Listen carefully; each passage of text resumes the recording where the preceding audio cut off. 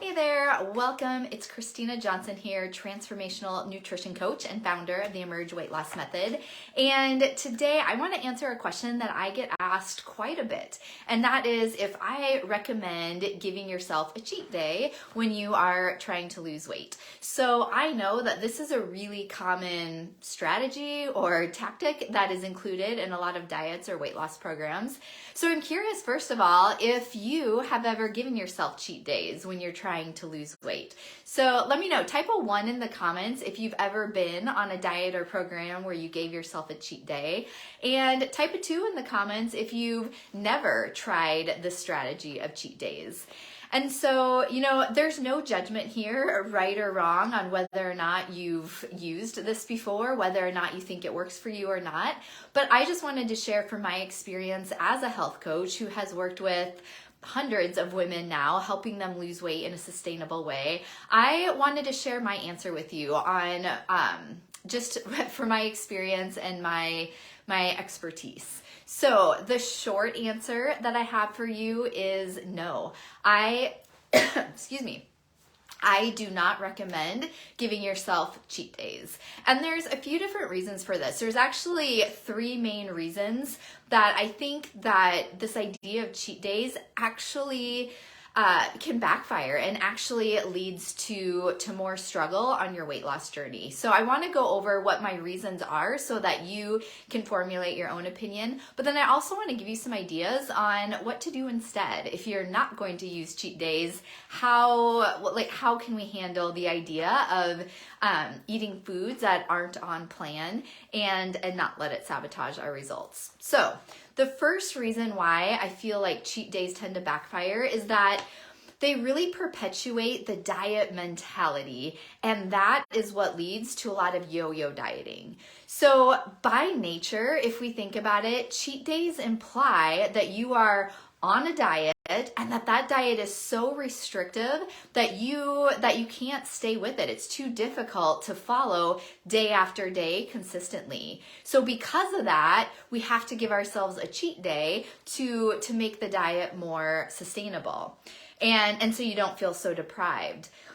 But the problem is that giving yourself a cheat day, it creates this mindset in us, this mentality that you're either on the diet or you're off the diet. There's days where you're eating well and you're gonna lose weight, and then there's days where you're just eating anything you want. And I think what happens is it just creates a lot of inner conflict in our mind. It makes us feel like we're on the diet or off the diet. It makes us feel like we have to be perfect certain days, and then other days are this free for all.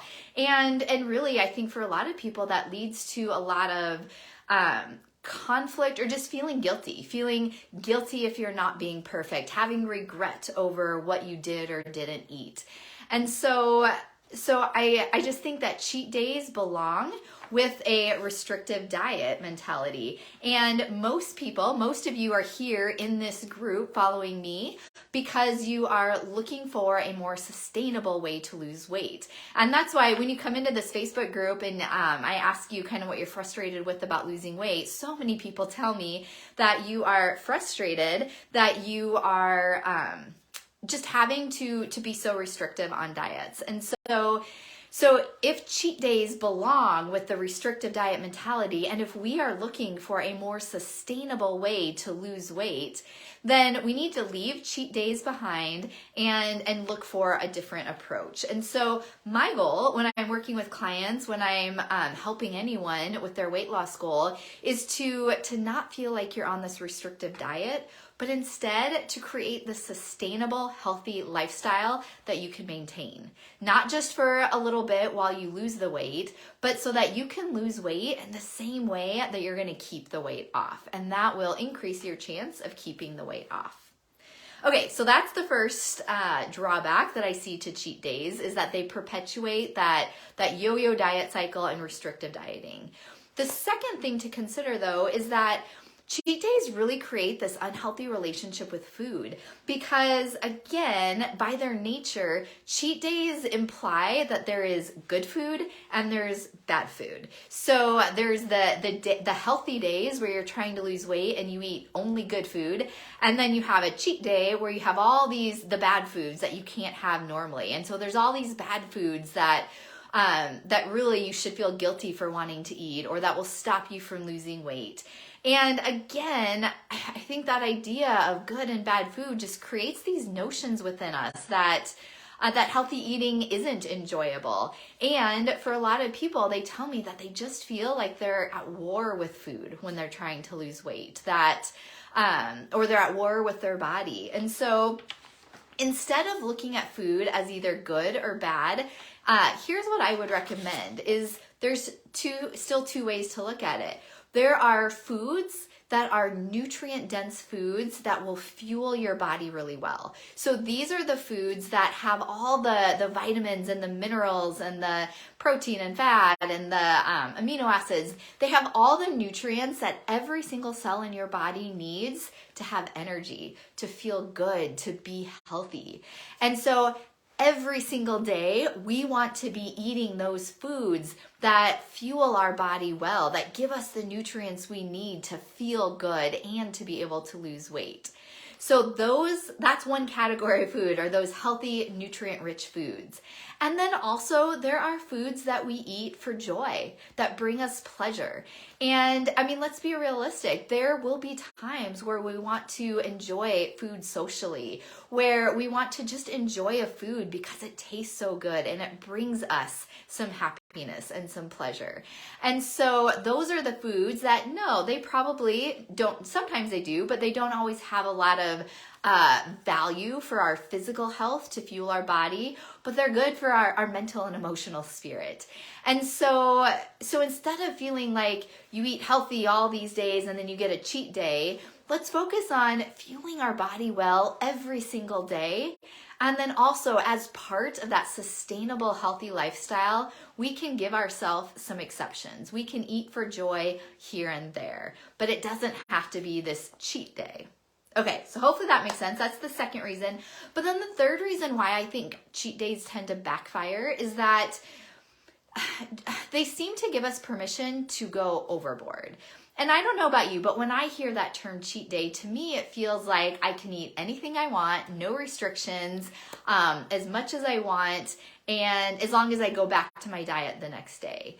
And so cheat days they give us permission to eat whatever we want without any discernment, without any boundaries, or without thinking through the consequences of what we choose to eat.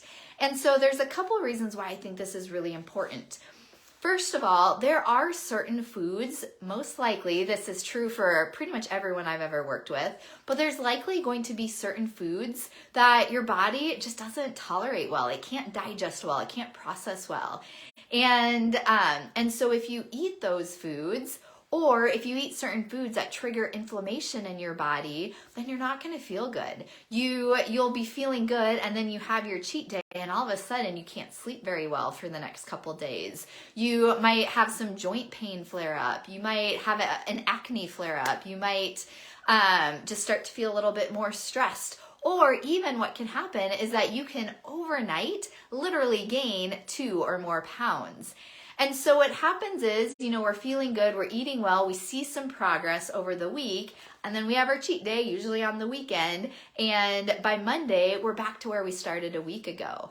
And so it gets really discouraging because we feel like we're working so hard, and then all of a sudden we have one bad day and everything is blown. And that's often because there just are certain foods that will be problematic for your body. It's not saying that everything you enjoy will be, but there might be a couple things in particular that trigger that inflammation or that you're sensitive to that will stop you from feeling good. The other thing is that there are certain foods for a lot of people, not everyone, but for a lot of people, there's certain foods that are just trigger foods that lead to overeating. So maybe for you, it's chocolate. Once you eat a little bit of chocolate, you just want more and more. Maybe it's just sugar in general. Once you have a little sugar, it just triggers those sugar cravings again.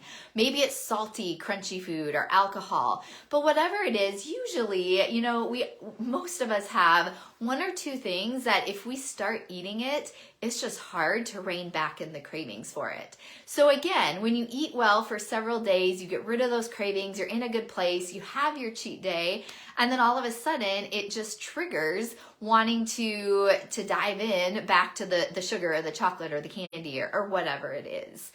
And so, instead of giving ourselves cheat days with free reign to eat whatever we want, instead we do need to be discerning and think through how different foods impact us, how it impacts our cravings, how it impacts how we feel and our mood and our ability to lose weight.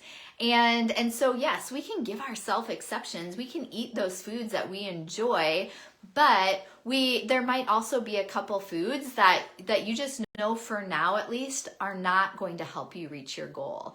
And so that's what I recommend, is really thinking through what are the boundaries. So we're not just going to give ourselves a cheat day where we have free reign on everything, but really thinking through, is there anything that would really get in the way of my weight loss results? So just kind of to sum it up, in order to get off this yo-yo diet cycle, the losing weight to gain it back, we really need to rethink our approach to weight loss. And in order to lose weight sustainably, we want to have this healthy lifestyle where we're fueling our body with good, healthy foods day after day. And yes, that can definitely include eating some food for joy here and there, but really thinking through which foods might be okay and which foods might get in our way. And then learning how to eat those foods mindfully so that you don't need to go back for seconds and thirds. And so it's really just about creating this healthy lifestyle. So you're not on a diet one day and on a cheat day the next, but you just eat healthy. And part of that healthy lifestyle means enjoying a piece of birthday cake on your birthday. It means enjoying a piece of pie on Thanksgiving. It means allowing yourself to have those exceptions and enjoy them without feeling guilty.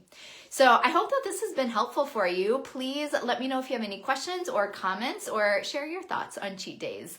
And let me know, what's one takeaway? What's one thing that I talked about today that you want to remember and keep with you on your weight loss journey? So I will talk to you again soon. Have a great night, and bye for now.